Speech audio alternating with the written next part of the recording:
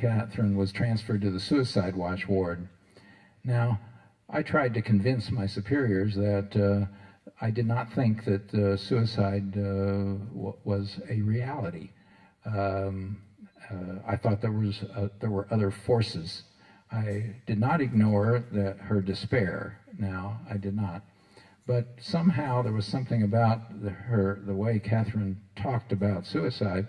For instance, she once was found with a rope, and I asked her, well, what was the rope for? And she answered this way: I just wanted to see how it felt around my neck. And I could sense that there was just a touch of humor in it. Just a touch. Feel how the rope is around your neck. And it was just a little short piece of rope. If a person wants to kill himself or herself, it's not that hard to do. There was a story at UCLA of a young woman who was on suicide watch who put a hanger wire around her neck with the nurse sitting next to her, wrapped the hanger wire around the head of the bed, slid down, and hanged herself right in the bed in front of the nurse. The nurse didn't even know it until the morning when you peel back the covers. Another man, while a patient at UCLA, wangled a visit to the top floor recreation deck and jumped, also on suicide watch. Catherine's expressions were kind of meek compared to that. Nevertheless, she was hospitalized up there, and when I came back, I immediately put her back down on the ward. We got into the third year of treatment, and the sessions were now marked by Catherine telling me of her experiences. She even told me that by knowing herself, she was feeling sad. In fact, she told me that knowing myself is terrible. I'm evil, and she was often seen in her room with, I don't know if it was often, but often enough, with some tears in her eyes, always talking about her state. She told me that her sadness was that she cannot get out of this, that there's no way. One day she looked at, actually she didn't look ever directly at me, because I came to know Catherine by knowing the top of her head, mostly. I'll tell you when she looked up once, but she told me that she couldn't get out and there was no point in doing it, and that by the middle of the third year, I began to believe it. She continued to have dreams of being an evil cat who would bite people, including her mother. She told me that she didn't feel evil, she was evil. Toward the end of the third year, I had to, it actually was about the middle of the third year, I had to resist staff efforts to virtually have me censured for doing what I was doing. In a staff meeting, one of the residents turned to me and said that I was unethical for allowing Catherine to suffer in this much agony. I remember turning to him and asking him, how often do you see the people you see here? I said, I happen to know it's 15 minutes twice a week, isn't it? That did shut him up, but it didn't stop him from. I was approached by senior staff above me to tell me that Catherine, this is in the end of the second year, into the third year, that Catherine would have to be discharged. I told the senior staff member that I wasn't going to discharge her. I want to let you know a little about my determination here. I was going to find out who she was, and I wasn't going to be put off by these kinds of threats. I knew that the senior staff would hesitate to discharge Catherine over me, since the whole idea of the residency was to leave the residents in charge. And it would have set a very bad precedent. I remember once we had a staff conference with the chairman emeritus. I think you had identified it correctly. In the book, I hid it, but it was Norman Brill. He's long gone now, so I can reveal his name. We sat at this staff meeting. He agreed that Catherine suffered from the worst of schizophrenia. He was one of these old-timey analysts, and he asked Catherine directly sexual questions, which was really an incredible invasion in this young girl who clearly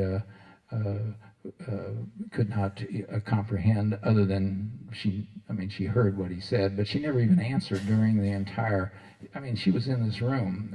He was asking her these direct sexual questions.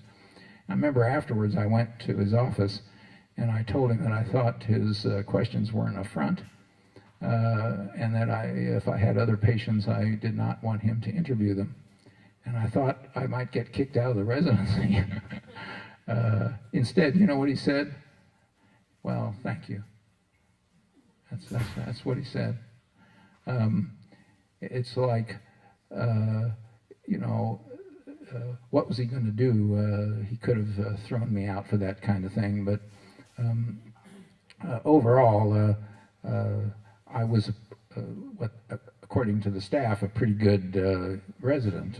There I was seeing my patients. By the way, Catherine was the second person that I was seeing 6 days a week. I wasn't just seeing Catherine, seeing another young man. Then it came time. As part of this journey, I want you all to hear from Catherine, who is the other side of this story, and we're about ready to hear from her. I'll tell you, I'm going to compress the rest of the story so that we will have lots of time to hear from her. But at the end of the residency, I thought that Catherine would never recover. I was quite despairing.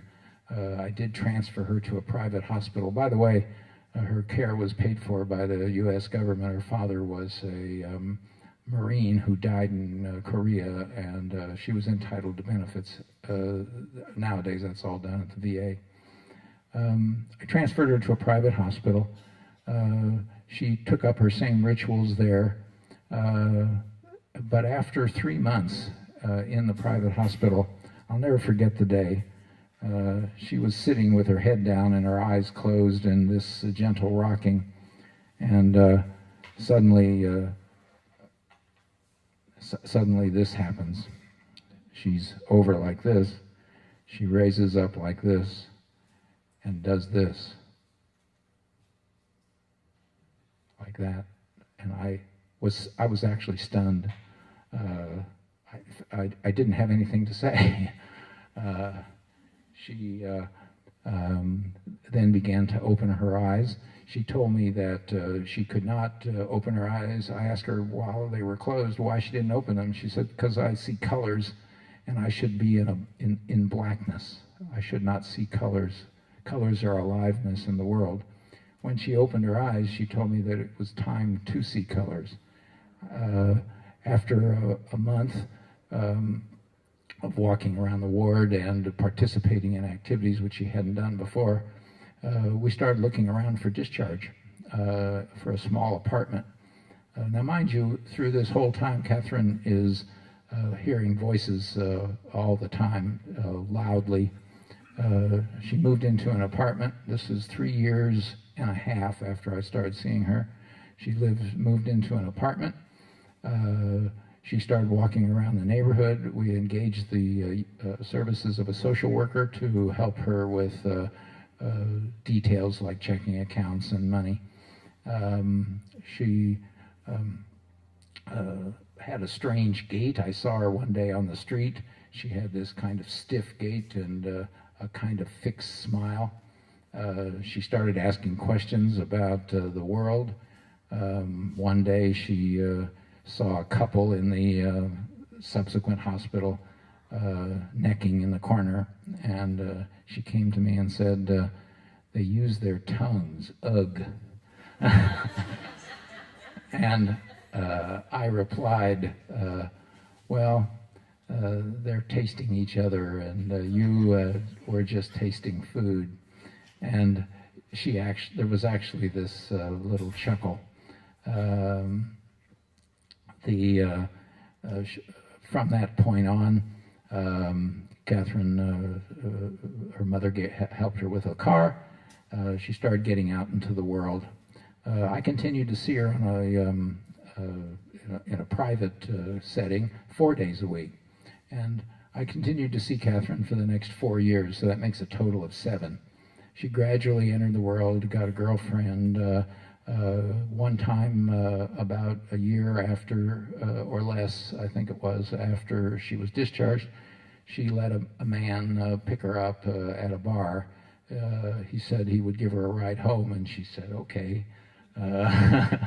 And he raped her in the car.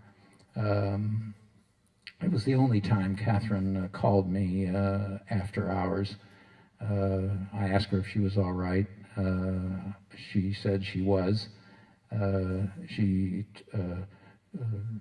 think you burned your clothes, I think she burned her clothes that she was wearing that night.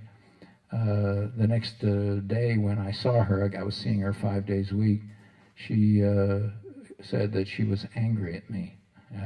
Why was that? She said, I thought you didn't react enough. And, she had a point, and I told her that I found myself in a dilemma. On one hand, I knew she was walking, she was going to bars with her friend. I knew that. I knew she was going to, I thought she's going to get into trouble, but I told her all this, that somehow I couldn't take over her life. I had to let her experience the world for itself, and that I was incredibly sorry, which was true. Catherine and I started reducing our hours then to 4 or 3 days a week. I believe 5+ years, she wanted to, wait a minute, Kathy, I think I'm wrong. I think it was at the 7th year, she decided, she also was experimenting with relationships. She did develop a relationship with a young man. They moved in together for a short period of time. She found that she allowed other people to take her over to a rather marked extent, which was a horror for her. She had the guts to break the relationship up. And finally one day she came to me and said, I think I need something about our relationship. I think if I'm going to continue to grow and develop, she said this, that I have to be on my own. And I remember very clearly the time I looked up at her and I said, well, it is time, isn't it? She agreed. She said she would miss me, and I told her that I would very much miss her, which was very true. I want to now introduce Catherine, and I want her to, she will tell you her side of this story. My side is that I think and I'll talk just briefly about what I learned after Catherine talks to you all. I learned so much about what meanings were and about the human condition, and I learned about being a therapist, how to be a therapist from Catherine, because she really taught me how to do that.